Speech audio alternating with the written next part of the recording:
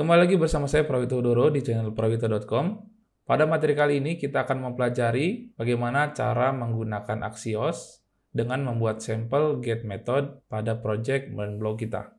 Setelah kita melakukan instalasi Axios, kita akan mencoba memanggil API di halaman homepage yang telah kita buat.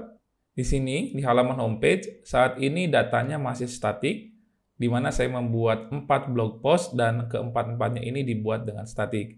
Di halaman ini, kita akan mencoba untuk memanggil API yang telah kita buat dengan menggunakan Node.js. Pastikan server Node.js-nya berjalan, running seperti biasa, dan kalian bisa mencobanya di Postman terlebih dahulu. Jika di Postman sudah berhasil, maka kita akan melakukan proses pemanggilan API di project LearnBlock kita saat ini. Untuk sampel pemanggilan pertama, kita akan mencoba memanggil API post, di mana API post ini adalah memanggil seluruh data blog post yang kita miliki.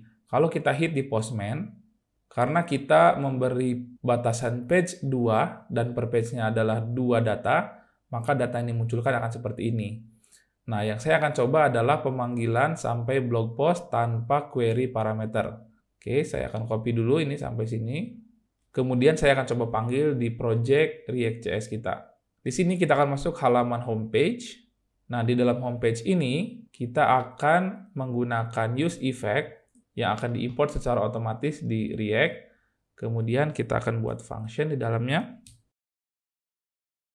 Nah, di sini kita akan memanggil API kita. Kita akan menggunakan Axios yang kita import dari Axios seperti ini. Nah, metode yang akan saya gunakan sesuai dengan Postman di sini, kita akan menggunakan metode get.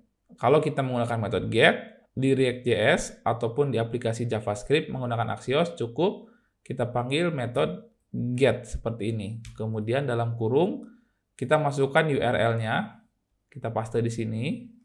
Jangan lupa kita tambahkan HTTP di depannya. HTTP localhost 4000 versi 1 blog dan post.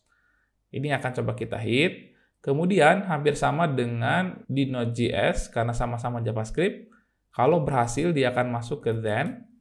Kalau gagal dia akan masuk ke catch. Nah, kita coba kalau berhasil kita munculkan result-nya. Kita console.log data API result. Nah, seperti ini. Kalau error, kita juga siapkan errornya. Kita console.log error. Kita munculkan errornya di sini. Baik, kita akan coba hit. Kita simpan terlebih dahulu. Dan kita masuk ke aplikasi React.js kita dan inspect. Karena kita mencoba melihat console log-nya. Dan kita masuk ke tab console di sini. Nah, kalau kita lihat masuk ada data API.